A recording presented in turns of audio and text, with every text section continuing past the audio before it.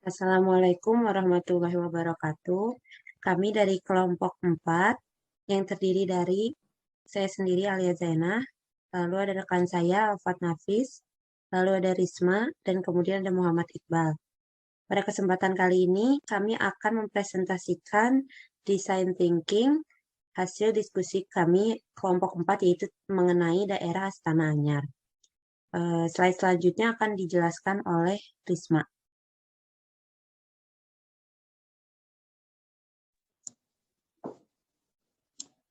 Baiklah, saya Risma Nurmala Hikmah. Kali ini kami akan memaparkan implementasi design thinking berdasarkan 4 langkah, yaitu empathize, define, ideate, dan yang terakhir business model canvas. Di mana empathize yaitu proses memahami dan menganalisis user dengan mewawancarai beberapa user yang berada pada suatu wilayah. Pada empathize ini akan diperoleh sebuah empathy map di mana empathy map ini berisi say, apa yang diucapkan oleh user, things, apa yang dipikirkan oleh user, does, apa yang dialami oleh user, serta feels, apa yang menjadi kekhawatiran user. Dari wawancara tersebut juga akan diperoleh sebuah consumer persona atau pola dan karakteristik user sesuai dengan hasil riset yang ada. Lalu yang kedua ada define, yaitu mendefinisikan masalah berdasarkan empathy map dengan pola pikir analisis. Pada langkah ini, akan didapat beberapa rumusan masalah yang nantinya akan dicarikan beberapa solusi pada langkah ideate. Pada ideate ini, beberapa ide dikembangkan sebanyak-banyaknya dengan pola divergen. Lalu ide-ide tersebut dikerucutkan menjadi sebuah keputusan dengan pola pikir sintesis dan konvergen. Berdasarkan dari keputusan tersebut, akan diperoleh sebuah atribut, consequence, dan value. Setelah melewati empathize, define, dan ideate, selanjutnya beralih ke business model canvas, berdasarkan ide yang telah diputuskan. Di mana business model canvas ini berisi key partner, key activities, value proposition, customer relationship, key research, channels, cost structure, dan revenue streams. Next.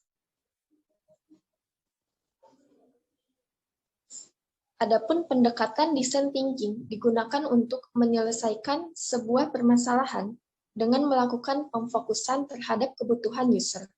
Pendekatan ini dilakukan dengan memberikan ide-ide yang berupa solusi permasalahan serta kebutuhan setiap user dan mengimplementasikannya dengan produk yang akan dibuat.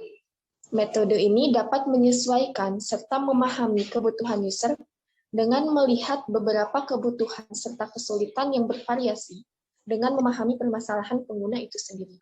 Pada kesempatan kali ini, kami menganalisis user pada wilayah dengan perpadatan penduduk di daerah Astana Anyar di Bandung.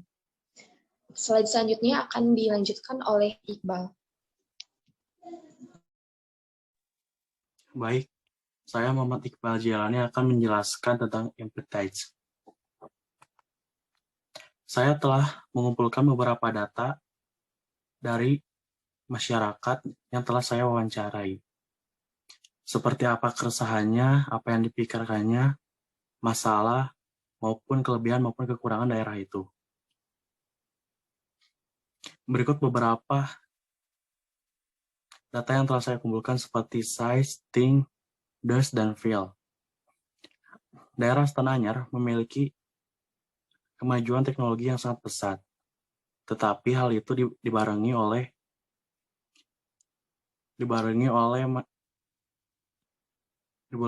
kekurangan daerah Astana Anyar seperti mudahnya terjadi kejahatan karena gelapnya lampu jalan maupun peredaran obat-obat terlarang dan minuman keras. Bisa di next.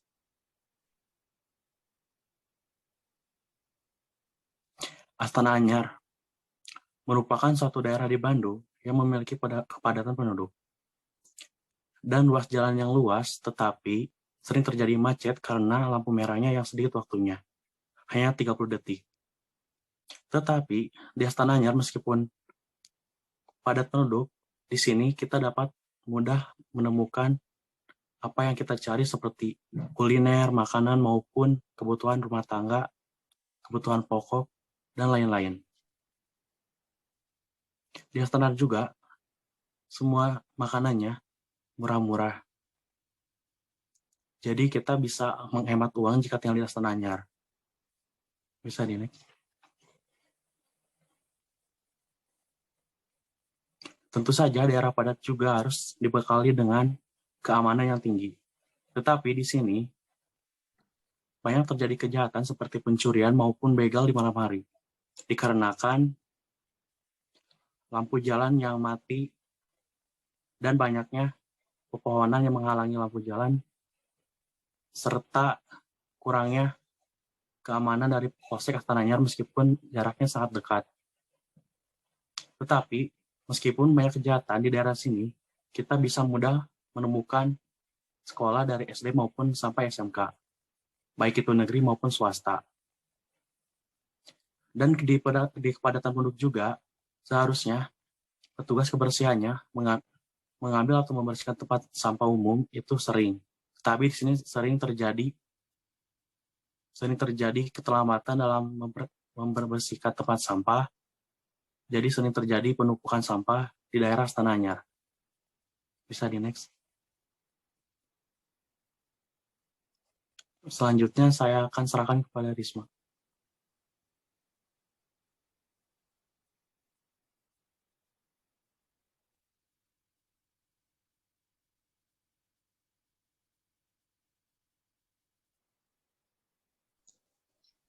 Setelah melakukan wawancara terhadap user, didapat sebuah consumer persona di mana data-datanya merupakan data asli yang meliputi user. Consumer persona di sini berisi tentang nama user, usia, pekerjaan, pendidikan terakhir, status, bio dan personality, goals dan motivation, pains dan frustration, favorite brands, media consumption, serta hal yang disukai dan tidak disukai oleh user. Slide selanjutnya akan dilanjutkan oleh Alia.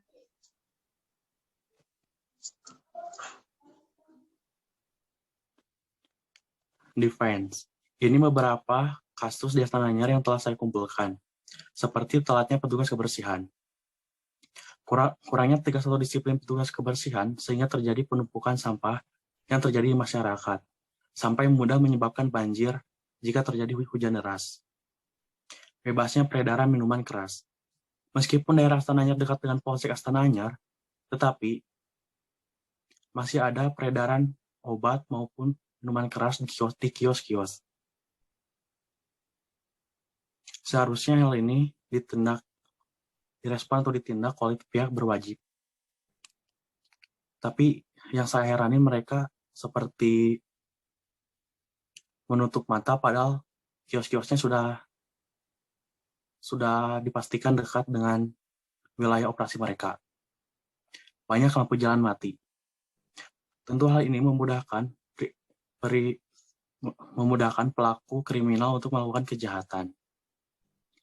Masyarakat juga enggan keluar malam dikarenakan banyaknya terjadi begal. Dan hal ini juga bisa memperburuk citra Astana Anyar maupun Kota Bandung jika terdapat wisatawan maupun yang berlibur ke Kota Bandung, tepatnya ke daerah Astana Anyar. Bisa di next.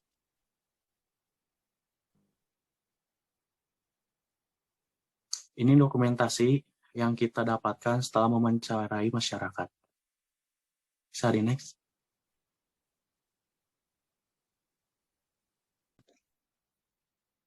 Untuk slide selanjutnya dijelaskan oleh Alia. Oke, pada slide ini saya akan menjelaskan tentang IDEAT. IDEAT ini di sini kami telah mengembangkan 3 ide dengan pola pikir divergen. Ide-ide tersebut adalah yang pertama, telatnya petugas kebersihan, yaitu diperbanyak petugas kebersihan, membuat peraturan baru yang lebih disiplin, meningkatkan gaji petugas kebersihan, menyediakan lebih banyak tempat sampah, dan mengadakan agenda kerja bakti untuk seluruh warga sekitar. Ide selanjutnya adalah bebasnya peredaran minuman keras, Jadi ini tuh sebenarnya ide-ide yang kami telah musyawarahkan untuk menyelesaikan masalah-masalah yang telah disebutkan oleh Iqbal. Yang pertama ada memberi denda kepada pengedar, yang kedua ada rajin melakukan patroli, yang ketiga mengadakan sosialisasi bahaya alkohol, yang keempat membuat peraturan untuk memberi hukuman atau sanksi kepada pengedar, lalu yang terakhir menyita alkohol yang dijual oleh para pengedar ilegal. Masalah selanjutnya itu banyak lampu jalan mati. Ide yang kami telah musyawarahkan adalah ada 3. Yang pertama, meningkatkan frekuensi pemeriksaan lampu. Yang kedua, mengganti lampu dengan kualitas yang lebih baik. Lalu yang terakhir, menghimbau warga agar segera melapor jika melihat lampu ada yang mati. Dari ketiga ide di atas, kami telah mengerucutkannya dan mengambil sebuah keputusan dengan pola pikir sintesis dan konvergen. Hasil keputusannya yaitu membuat aplikasi untuk melapor. Bisa di next. Pada slide ini, saya akan menjelaskan atribut, konsekuensi, dan nilai yang akan diperoleh dari ide yang telah kita putuskan, yaitu membuat aplikasi lapor. Yang pertama ada atribut. Atribut ini ada 3. Yang satu fitur melapor, yaitu untuk user, data laporan untuk admin, dan yang ketiga fitur pengumuman untuk user juga. Konsekuensi yang didapat dari membuat aplikasi lapor ada 4. Yang pertama, warga belum familiar.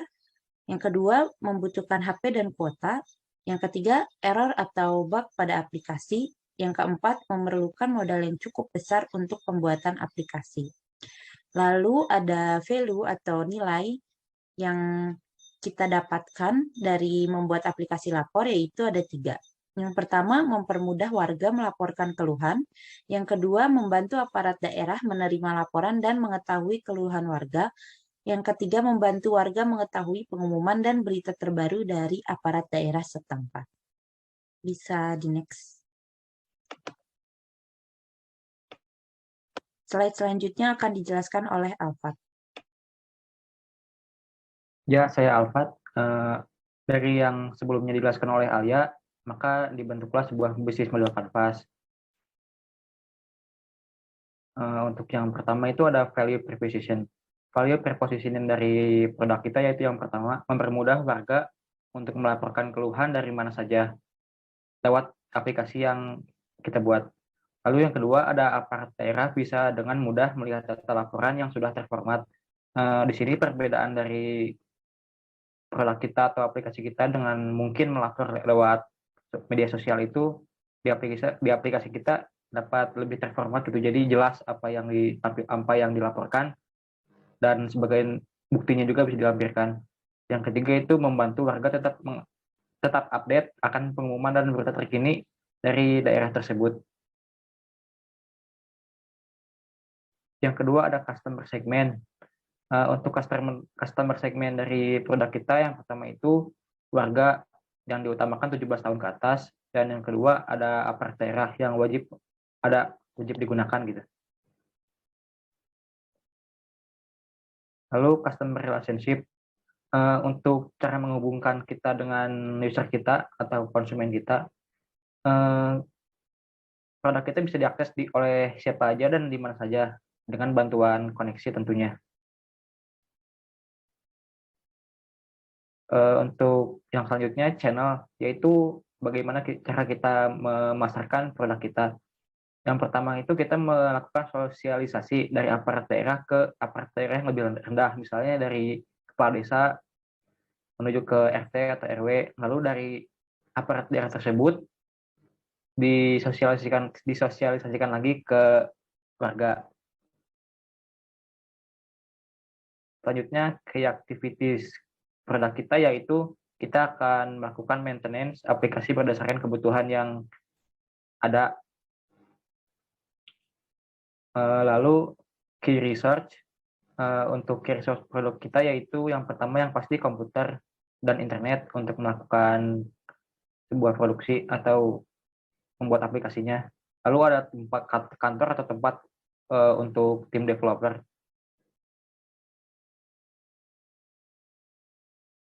Untuk selanjutnya itu key partner kita dalam membangun sebuah produk, yaitu yang pertama yang pasti programmer atau developer.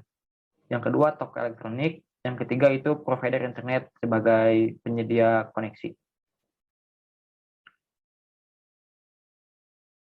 Selanjutnya ini yaitu cost structures, yaitu anggaran dana kita untuk memproduksi. Bisa dilihat yang dana yang akan kita butuhkan, yaitu yang pertama untuk data analitik dengan total 4 juta, desain dengan total 2.750.000. Yang ketiga ada untuk membangun sebuah API server yang sejumlah 15.400.000. Lalu yang pertama itu untuk programmer untuk membangun sebuah kerangka aplikasinya itu butuh dana sekitar 20 juta. Untuk biaya lainnya seperti listrik, wifi itu sejumlah 1.500.000. Lalu biaya instalasi sejumlah 1 juta dan ditotalkan menjadi 44.850.000. Dan yang terakhir adalah revenue stream atau pendapatan kita. Untuk pendapatan kita bisa berasal dari subsidi dana pemerintah, atau bisa juga kita memasukkan sebuah atau sedikitnya iklan ke dalam aplikasi untuk ada pemasukan gitu.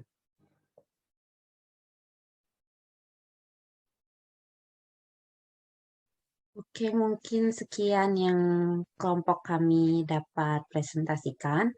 Kesimpulan dari presentasi kali ini adalah yang pertama, kami telah berhasil memusyawarahkan, mendiskusikan apa masalah di daerah Astana Anyar ini yang sebenarnya bisa saja kita atasi kalau adanya interaksi yang lebih dekat antara aparat daerah dengan warga. Oleh karena itu, kami akan membantu dengan memberikan ide untuk membuat aplikasi laporan.